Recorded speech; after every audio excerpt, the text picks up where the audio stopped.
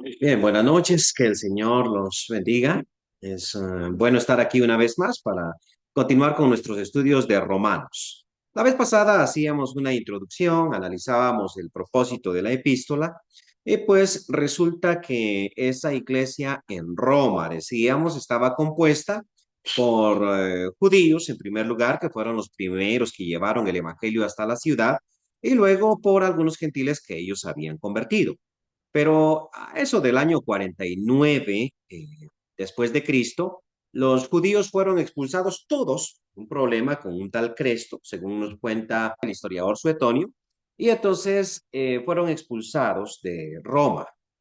Y eso provocó un cambio de liderazgo en la iglesia. Después, a la muerte de Claudio, los judíos pudieron regresar nuevamente a Roma y encontraron probablemente una iglesia muy cambiada, mucho más numerosa, pero con un liderazgo gentil. Y entonces tenemos un problema de etnias, por decirlo así, en Roma. Es decir, hay un grupo de judíos que está siendo menospreciado por un liderazgo gentil que se cree más importante. Bueno, a Pablo esto no le gusta en primer lugar porque el evangelio viene de los judíos y en segundo lugar porque una iglesia dividida no tiene sentido. Por decirlo así, es una contradicción a la esencia misma del evangelio. Y escribe esa carta, ¿no? Aprovechando también que en ese momento en el que él se encuentra en Corinto, está pensando ir a Jerusalén y después ir a evangelizar al occidente del imperio, es decir, ir a España, hasta lo último de la tierra. Y entonces también quiere presentarse a los hermanos antes de llegar él a Roma y para así ser encaminado a esta España. Los hermanos de Roma lo quieren tanto a Pablo que salen hasta ese foro de Apio que está más o menos a 70 kilómetros o hasta las tres tabernas que estaba a 50 kilómetros. Bueno, eso es bastante realmente. Y entonces él cobra ánimo. Lamentablemente no sabemos por el libro de los Hechos si él salió bien librado de ese juicio. Algunos dicen que sí, que él fue a España y que después fue que él fue martirizado ya en una época posterior. Pero escribe entonces Romanos. Bien, vamos a leer los primeros 7 versículos de Romanos. Es la carta que tiene la introducción más larga. Y pues en Romanos 1 dice, Pablo, siervo de Jesucristo, llamado a ser apóstol, apartado para el Evangelio de Dios, que él había prometido antes por sus profetas en las santas escrituras, acerca de su Hijo, nuestro Señor Jesucristo, que era del linaje de David según la carne, que fue declarado Hijo de Dios con poder según el Espíritu de Santidad por la resurrección de entre los muertos, y por quien recibimos la gracia y el apostolado para la obediencia a la fe en todas las naciones por amor de su nombre, entre las cuales estáis también vosotros, llamados a ser de Jesucristo. A todos los que estáis en Roma, amados de Dios, llamados a ser santos, gracia y paz a vosotros, de Dios nuestro Padre y del Señor Jesucristo.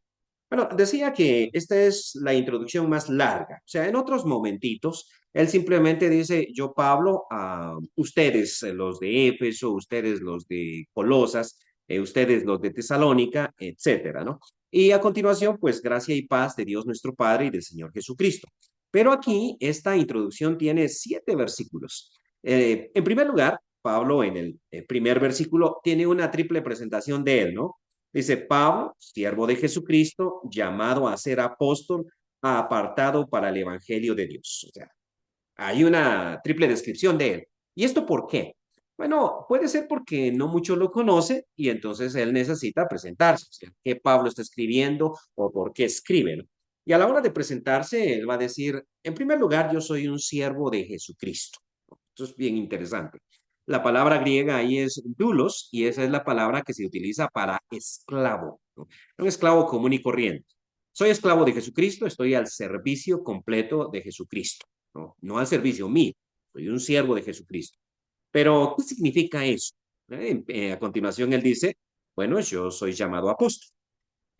O como dice la Reina Valera, llamado a ser apóstol. Es decir, el apostolado es un llamamiento en él. ¿Y eso qué es? ¿No? No es hacer un super pastor, como muchos de los que se autodenominan apóstoles en el mundo evangélico lo son, que dice no era su llamado, sino que el trabajo del apóstol, ya lo hemos dicho muchas otras veces, era el trabajo del misionero. Es decir, tenía que ir hasta lo último de la tierra para proclamar el evangelio. Ese era su trabajo. O sea, viajo y inicio iglesias, predico el evangelio allá donde nadie antes lo hubiese predicado. Ese era el trabajo del apóstol, ¿no? Y también dice él, mira, yo soy apartado para el evangelio de Dios y esto es bastante bonito. Muchos de nosotros tenemos diferentes profesiones. Eh, a veces decimos soy abogado, soy doctor y así nos autodefinimos. Estábamos antes de esta reunión viendo esta serie de Netflix que se llama The Chosen o Los Elegidos, que trata de los discípulos de Jesús, las historias al torno de los evangelios. Y entonces hay una escena ahí donde está Jesús platicando con unos niños y ellos le dicen, ¿verdad? ¿Qué eres tú? Bueno, él dice, soy un carpintero, yo hago de todo y también en lo que inicio el proceso de ser maestro. Y entonces le dicen, bueno, ¿eres carpintero o eres maestro? Y él a continuación dice, yo soy maestro, pero uno siempre es más que su oficio. O sea, le empieza a enseñar a los niños, ustedes van a tener un oficio, van a ser, qué sé yo, albañiles, carpinteros o cualquier otra cosa, pero ustedes siempre son más que su oficio. ¿Cuál es tu oficio, no? Pues Pablo trabajaba con cueros. Ese era su oficio. Hacía tiendas, dice el libro de los Hechos, pero lo más probable es que él haya hecho cualquier cosa que tenía que ver con cueros, ¿no? Pero nunca se presentaba de esa manera. O sea, soy Pablo el curtidor, soy Pablo el que trabaja con cueros, sino que él siempre decía, soy Pablo, siervo de Jesucristo, soy Pablo, el apóstol, y en esta ocasión él lo va a decir de esta forma, mira, yo fui apartado para el Evangelio de Dios. Eso quiere decir, fui santificado, que vamos a ver la palabra santificado más adelante. Y santificado quiere decir que uno ha sido apartado. A veces nosotros hablamos de una vida santa como de una vida ética, pero no tiene mucha relación. Realmente ser santificado significa ser consagrado. Ok, ser consagrado. O sea, si me consagro a Dios, eso significa que todo mi ser o todo lo que yo tengo está en torno a lo que Dios es. Y entonces él dice, mira, yo fui apartado para el Evangelio de Dios. Eso significa ser apóstol. En todo lo que yo pienso, todo lo que yo hago, todo lo que es mi vida, tiene que ver necesariamente con la predicación del Evangelio. Oh, y eso no te impide trabajar, ¿verdad? No, claro que no. O sea, Pablo le dice allá a los ancianos en Éfeso, allá en el capítulo 20 de Hechos, estas manos me han servido para ganarme mi pan, para ganarme mi sustento. Y no solamente el mío, sino también de los que están conmigo. Entonces, su santificación o su consagración no le evita a él trabajar, ¿ya? Como cualquiera podría suponer. Estoy consagrado, por lo tanto, no trabajo. No, definitivamente Pablo sí trabajaba, pero todo lo que él era, no pensaba en acumular, no pensaba en montar su empresa de cueros, sino por el contrario, siempre la misión de él era predicar el evangelio. ¿Qué evangelio? Es la segunda pregunta. ¿Qué evangelio? Ya dijimos quién es Pablo. O sea, Pablo es siervo, Pablo es apóstol y Pablo está consagrado al evangelio. ¿Sí? ¿Cuál evangelio? Bueno, él lo va a decir en el versículo 2 y 3. Este evangelio es el que había prometido antes por sus profetas en las Santas Escrituras. Esa frase de la Reina Valera, prometido antes, en griego es una sola palabra. Y más que prometido, es proclamado antes. Eso quiere decir que los profetas, en cierto sentido, hablaron del Evangelio. Sí, pero no lo proclamaron al estilo de los apóstoles del Nuevo Testamento, sino que ellos lo proclamaron al estilo profético, es decir, lo predijeron, lo proclamaron de antemano, los profetas. Ahora, ¿esto por qué es importante? ¿No? Mire, ¿cuál es el peligro de que una iglesia se haga netamente gentil y olvide sus raíces judías? Bueno, el peligro de esto es rechazar el Antiguo Testamento. En el siglo segundo hubo un gran líder de la iglesia, uno que era del Ponto, uno que era hijo de un presbítero de la iglesia, pero que luego se volvió muy, muy importante, viajó hasta Roma y se llamaba Marción. Ahora, Marción es considerado como uno de los primeros herejes de la historia del cristianismo, porque él dijo, por ejemplo, que Dios Padre del Señor Jesucristo no podía ser el mismo Jehová del Antiguo Testamento, porque Jehová en el Antiguo Testamento era un Dios de guerra, era un Dios de ojo por ojo. En cambio, el del Nuevo Testamento es un Dios de amor. Y luego él rechazó de facto todo el Antiguo Testamento, es decir, en las iglesias de Marción no se podía leer el Antiguo Testamento. Aparte de eso, en el Nuevo Testamento rechazó un montón de libros, todos aquellos que tuviesen que ver con el judaísmo, o sea, hebreos ni se menciona. Y así también el Evangelio de Mateo. Bueno, es que él era muy seguidor de Pablo, y como Pablo en Gálatas dijo que había un solo Evangelio, entonces él dijo no puede haber cuatro, tiene que ser uno solo. Obviamente el de Lucas, porque Lucas es el que se mantiene con Pablo, ¿cierto? Y entonces también las epístolas paulinas las mutiló y todo eso. Bueno, eso es lo que termina uno haciendo cuando rechaza la raíz judía del evangelio. Aquí Pablo la establece. Mira, este evangelio del que yo estoy hablando no es completamente nuevo, no. Este había sido proclamado previamente por los profetas y eso está en las Santas Escrituras. Los profetas, sí, desde Moisés hasta Malaquías, o en el canon hebreo sería hasta Zacarías, ¿no? O sea, es desde Moisés, claro que sí, porque Moisés dijo, profeta como yo os levantará el Señor, y ahí ya estaba él anunciando el Evangelio. O algunos dicen que el Evangelio se menciona por primera vez en ese famoso texto de Génesis 3, cuando Dios habla de la lucha entre la mujer y la serpiente y entre la descendencia de la mujer y la descendencia de la serpiente, ¿no? Te aplastará la cabeza. Bueno, en el versículo 3 dice, este evangelio que había sido antes predicho o había sido antes proclamado por los profetas es acerca de su Hijo. O sea, de eso se trata, ¿no? De acerca de su Hijo, nuestro Señor Jesucristo. O sea, el evangelio es la proclamación de la vida, las enseñanzas, la muerte, la sepultura y la resurrección. Pero más que la muerte y la resurrección de Jesucristo, su propósito salvífico. No, él lo va a decir allá a los Corintios en el capítulo 15. Va a decir, el Evangelio es no tanto la muerte de Jesús, sino que Jesús murió por nuestros pecados. O sea, el Evangelio no es que Jesús murió, o sea, no es una buena noticia, eso es una mala noticia. O sea, el Mesías se murió. Lo que es buena noticia es que esa muerte fue por nuestros pecados, que es salvífica para nosotros. Y como él va a decir en Romanos más adelante, eh, resucitó para nuestra justificación. Qué interesante, ¿no? No solo murió por nuestros pecados, sino que resucitó para nuestra justificación. ¿Qué Señor Jesucristo? Bueno, en principio él va a decir que era del linaje de David según la carne. Y luego que fue declarado hijo de Dios con poder según el espíritu de santidad por la resurrección de entre los muertos. Aquí entonces nosotros entramos a, una vez más, mencionar que Jesús era judío. O sea, él no lo dice, no dice, ¿sabes? Jesús era judío, algo que a muchos antisemitas les encantaría ignorar. No, él no dice, mira, Jesús era judío.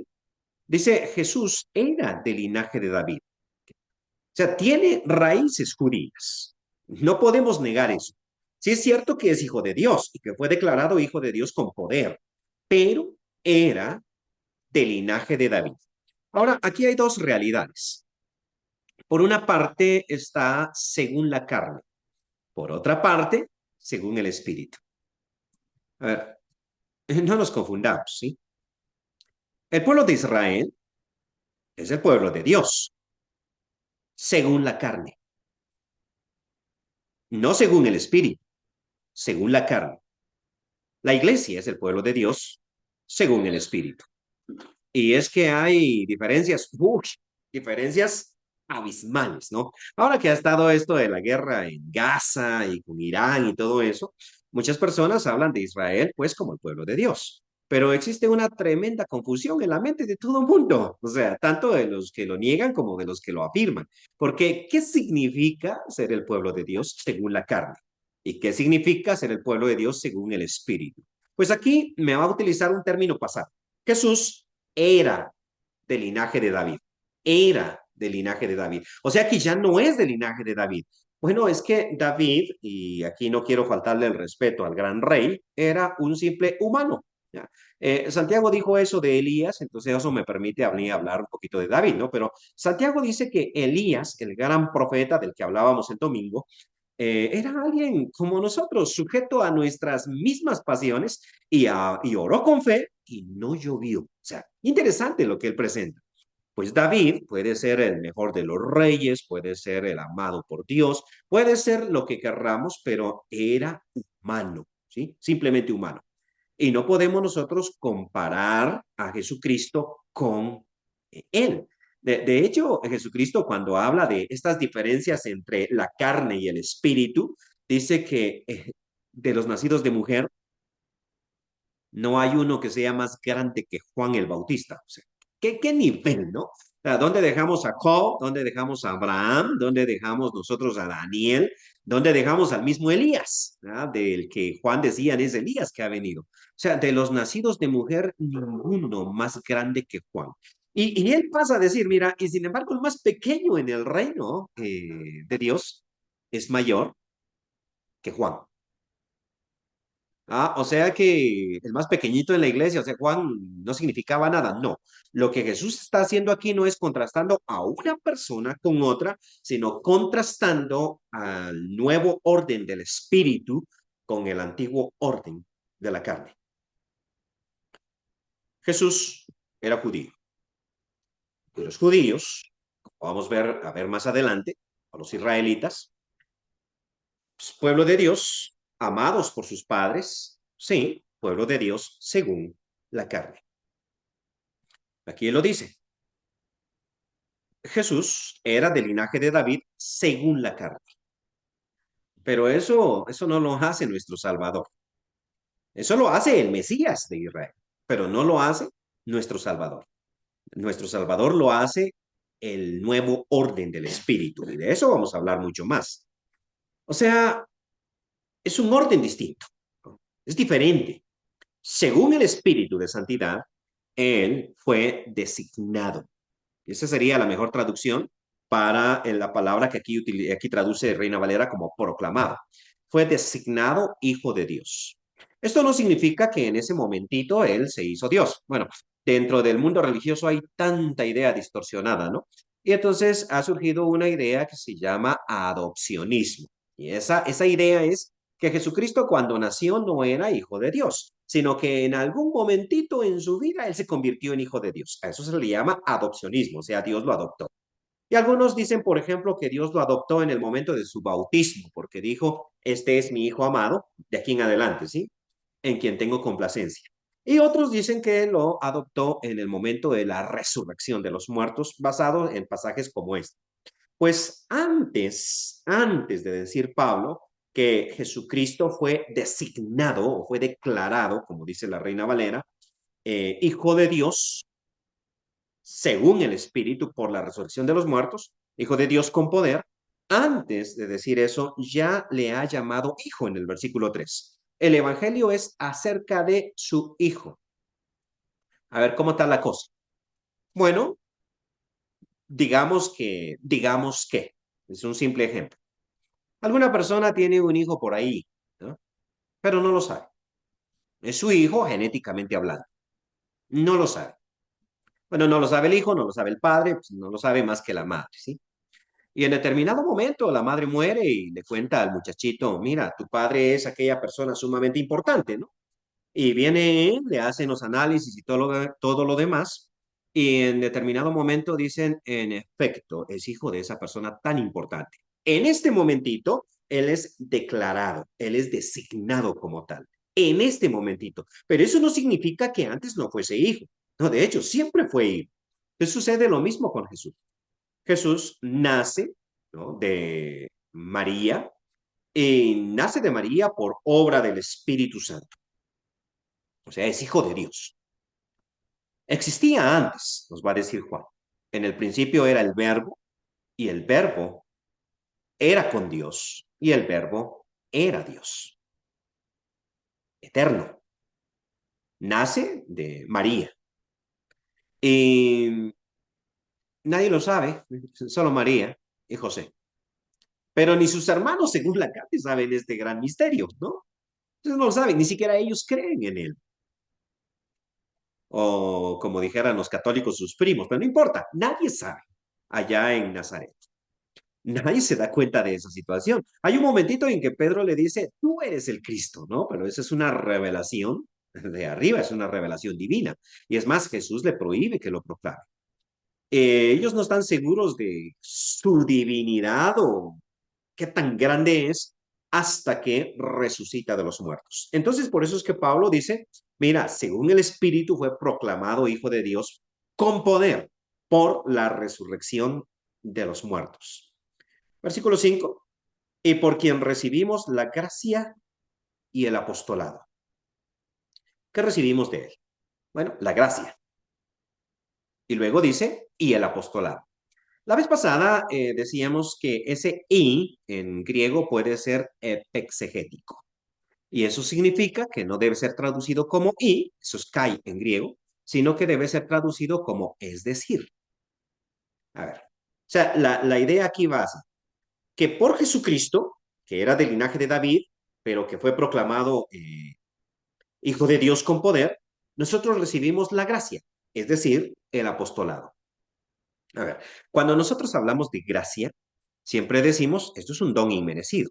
Y automáticamente pensamos en gratis. Pero Pablo no piensa en esos términos. En varias de sus epístolas él va a dejar eso claro. O sea, cuando él habla de su apostolado, él dice, esto es una gracia de Dios. Ya. Entonces, muchas veces nosotros no pensamos en esos términos, tanto de nuestro llamamiento, de nuestro ministerio, como de la gracia. O sea, nunca juntamos estas dos ideas. Hablamos a veces acerca de nuestro ministerio como si Dios tuviese que agradecernos. O sea, yo soy un predicador del Evangelio, sí, y el Señor me tiene que agradecer. ¿Yo qué significa? Bueno, que estoy esperando mi casa de 2 pisos y mi carro 4x4. O sea, eso lo estoy esperando porque el Señor debería de darme eso debido al mucho trabajo que yo he realizado. De hecho, hasta escuché una blasfemia interesante de un miembro de la Iglesia de Cristo que dijo que quería casarse con María Magdalena. Y, y entonces, ya sé que ustedes saben que en el reino de los cielos ni se casarán ni se darán en casamiento, ¿no? Pero yo le voy a decir al Señor, tanto que prediqué tu evangelio, concédeme esta, ¿no? Casarme con María Magdalena. O sea, como si el Señor debiera recompensarlo por su trabajo, ¿no? Pues creo que la visión correcta es el trabajo es una gracia. O sea, ¿cuál es tu pago? Entonces, ¿cuál es tu pago? No, yo pagaría por eso. Una vez más, citando a los Simpson, ¿no? Homero hace una gracia de las brutas que hace, ¿no? De las tonteras que hace. Y entonces lo contratan y le dicen, oye, ¿quieres hacer eso a la mitad del supertazón? O sea, te estamos contratando para ir al supertazón. Te vamos a pagar tanto, ¿no? Y él dice, claro que acepto, ¿no? Y luego, como piensa en voz alta, porque este no sabe pensar sin hablar, dice, qué brutos, yo lo hubiera hecho gratis. Pues sí, Selvi Monterroso, ¿quieres hacer una pequeña gracia ahí en la final del Mundial en Estados Unidos? Yo, bueno, y te vamos a pagar. Qué brutos, yo lo hubiera hecho gratis, ¿no? Y entonces le dicen a Pablo, oye, ¿cuál es tu salario? ¿Cómo? O sea, ¿qué crees que Dios te va a dar a ti? Y él dice, no, pues yo estoy pagado. O sea, es que el apostolado no es una imposición, no es una carga, es una gracia que Dios me dio. Bueno, y entonces cuando Dios concedió su gracia a nosotros, ¿eso qué implica? Ok, dice, la gracia y el apostolado recibí yo, es decir, la gracia, es decir, el apostolado, ¿sí? Para la obediencia a la fe. Y aquí hay otro par de conceptos que suenan extraños para nuestra cultura. Cuando nosotros decimos somos salvos por fe, decimos, sabes que sos salvo gratis. ¿Cómo así? No tienes que hacer nada, solo creer, solo creer. Ok, no tengo que hacer nada. No, lo que hagas es como agradecimiento a Dios, pero el agradecimiento está bien si lo haces o no lo haces. Seamos claros. Si lo que hay que hacer después de creer es nada más en agradecimiento a Dios, pues entonces si quieres lo haces, si no, no lo hagas. Y por otra parte están los que hablan de obediencia sin pensar en la fe. Pero aquí Pablo una vez mezcla estos dos conceptos, porque dice que él ha sido llamado para el apostolado, ¿sí? A fin, o sea, el objetivo, para que la fe sea obedecida. No, ahora sí me la pusieron difícil. ¿Cómo va a ser posible que la fe sea obedecida? A no ser que la fe sea mucho más grande que lo que nosotros llamamos fe. Hay una figura en la Biblia que se llama metonimia. Metonimia de lo adjunto. ¿Y eso qué significa? Que de todas las partes de un colectivo se menciona solamente una de ellas, y esa representa al resto. Esto es como cuando Jesús oró y dijo, el pan nuestro de cada día, danoslo hoy. Jesús no oraba por el pan solamente. O cuando dice, comparte tu pan con el hambriento. Qué bueno, eso no me aplica porque yo como tortillas. Eh, no, es que pan es representativo y metonimia para hablar de alimentos, para hablar de toda la comida. Jesús, cuando se dice bendecía el pan, bendecía los alimentos. Cuando él dijo el pan de cada día, él está hablando de los alimentos de cada día, dánoslo hoy. Que eso es una metonimia. Sucede lo mismo con el Evangelio. El Evangelio implica la historia de Jesús. También implica la reacción nuestra, es decir, la respuesta nuestra, lo que significa obediencia, lo que significa arrepentimiento, lo que significa confesión de Jesucristo, lo que significa bautismo. Ok, implica varios elementos, pero cuando se habla de todo el concepto del Evangelio, se va a hablar de su elemento más importante, es decir, la fe. Lo que debe ser obedecido es el mensaje de salvación, el evangelio proclamado. Eso es lo que debe ser obedecido. Entonces, no es esa situación de nada más cree. No, los demonios creen y tiemblan. Ellos hacen eso. O sea, no se refiere a eso. Por eso es que junta estas dos ideas, obediencia a la fe. O sea, la fe proclamada, es decir, el evangelio proclamado debe ser obedecido. Entonces, para eso él fue llamado apóstol. Termina diciendo el versículo 5 en todas las naciones por amor de su nombre. Cada vez que la Reina Valera aparece por amor de su nombre, generalmente la palabra amor no está ahí. De hecho, aquí en griego no está, sino simplemente dice por su nombre. Entonces, el término amor aquí está como inferido. Uno puede pensar en varios otros términos que pudieran ocupar ese lugar. A mí, más que amor a su nombre, me gusta más la idea de la gloria de su nombre. Es decir, lo que nosotros hacemos es glorificar a Dios. Pero glorificar a Dios no es decir gloria a Dios en alta voz, aunque no está mal decir. Pero no es eso. Muchos religiosos dicen gloria a Dios a cada rato y sus vidas no glorifican a Dios para nada. Pero la vida debe glorificar a Dios. Y cuando uno hace algo en la iglesia o uno hace algo en el reino, siempre tiene que ser para gloria de Dios. O sea, y ese es el punto de Pablo acá. O sea, yo recibí la gracia, recibí el apostolado, a la obediencia, a la fe en todas las naciones. Ajá, ¿y esto qué? Es para gloria de Dios, para que el nombre de Dios sea glorificado. ¿Qué es más importante, evangelizar o glorificar el nombre de Dios? Bueno, las dos cosas están relacionadas, porque cuando yo evangelizo, cuando yo traigo personas hasta Cristo, el nombre de Dios es glorificado entre las naciones. Y eso es lo que se espera, eso es lo que se busca. Además, el evangelismo terminará en algún momento, pero la glorificación de Dios nunca. Esa es la obra de un cristiano, glorificar el nombre de Dios, con su vida, con sus acciones, con todo lo que él hace para gloria de Dios. Bueno, entre los cuales, sigue diciendo, la epístola a los Romanos, el versículo 6, estáis también vosotros llamados a ser de Jesucristo, llamados a ser de Jesucristo. ¿Cuál es el llamamiento? Bueno, ellos son también santificados, ¿no? Llamados a ser de Jesucristo. A todos los que estáis en Roma, amados de Dios, llamados a ser santos. No es algo distinto ser llamado a ser de Jesucristo que ser llamado a ser santo. A ver, muchas veces este término santo es muy confuso en nuestro mundo religioso hoy en día, porque pensamos que un santo pues es una persona que nunca enoja, o una persona que no trabaja, o una persona que no se contamina, es decir, no se contamina con una ratita muerta que está por ahí, no soy santo, no puedo tocar eso. O que alguien es santo o no es santo porque pateó una pelota de fútbol, ¿no? Pero el término santo en el Antiguo Testamento implicaba consagrado a Dios. Había en el Antiguo Testamento lugares santos. O sea, el templo era un lugar santo y tenía un lugar santísimo. Y eso significa que no se podía jugar fútbol. No se jugaba fútbol en aquella época, el fútbol es moderno.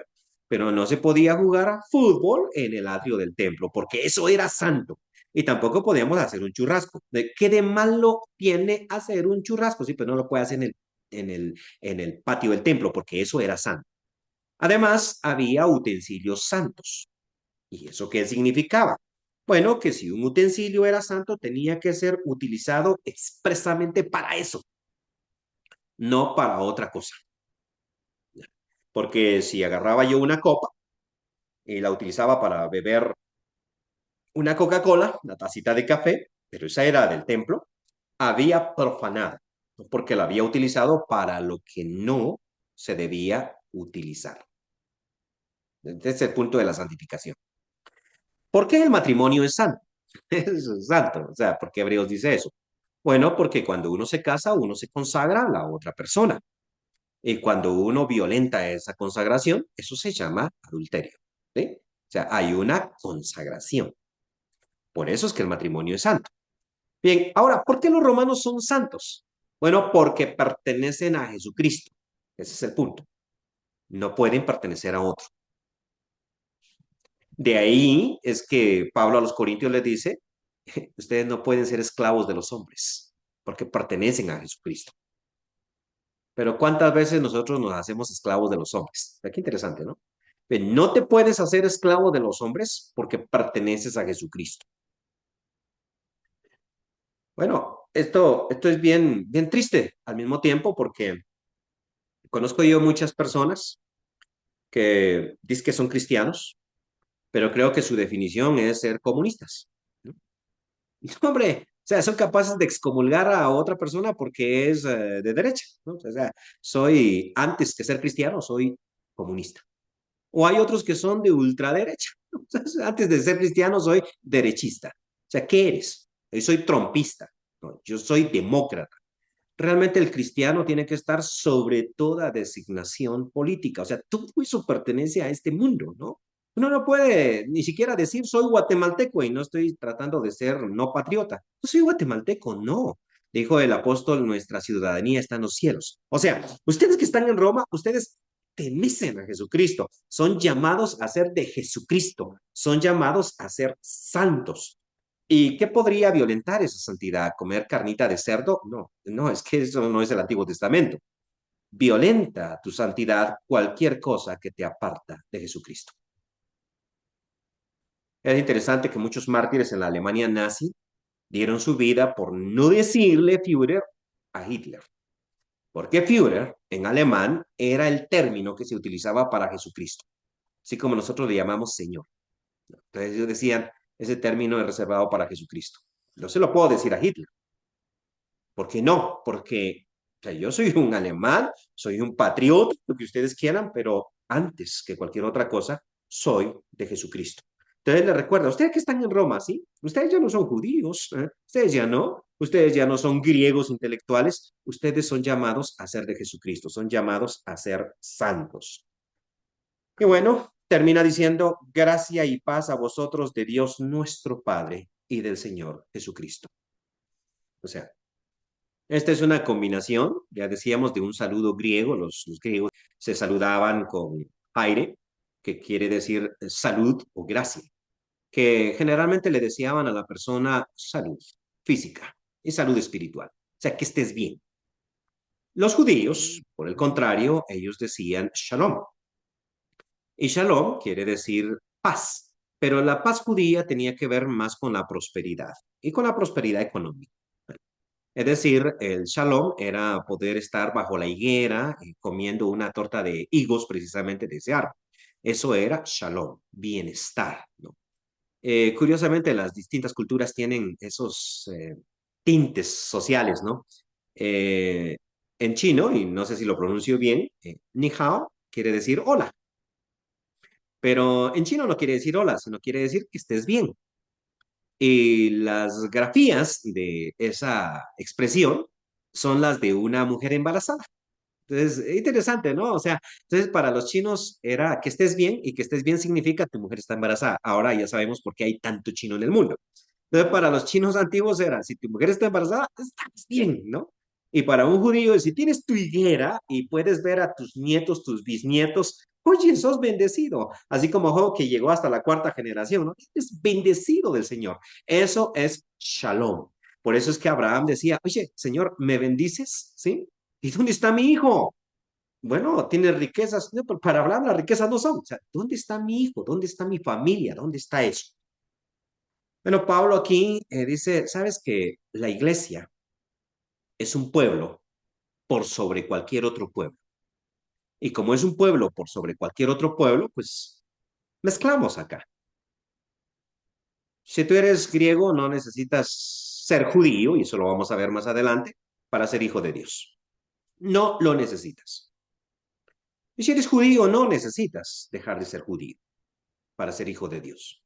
No lo necesitas. Puedes seguir siendo judío. Igual que el griego puede seguir siendo griego. O el gentil puede seguir siendo gentil. Y por eso es que él siempre saluda en esa doble forma. Gracia y paz, ¿no? A vosotros. Pero no cualquier gracia y cualquier paz, sino esa que viene de Dios y del Señor Jesucristo. O sea, es una bendición, sí, pero también una responsabilidad. Recordemos que Pablo entendía su gracia como el llamado al apostolado. O sea, él decía, yo no soy digno de ser llamado apóstol. Ah, es una gracia, claro que sí. Y la gracia de Dios no ha sido inútil conmigo. Por el contrario, dice, yo he corrido más que todos los demás. ¿Y eso por qué? Por la gracia que Dios me da. Entonces, cuando él desea gracia para Roma, a lo mejor también es responsabilidad. Luego vamos a hablar de la fe romana que se divulgaba por todo el mundo y lo que él deseaba para ellos. Bien, esto es todo por hoy. Que el Señor los bendiga.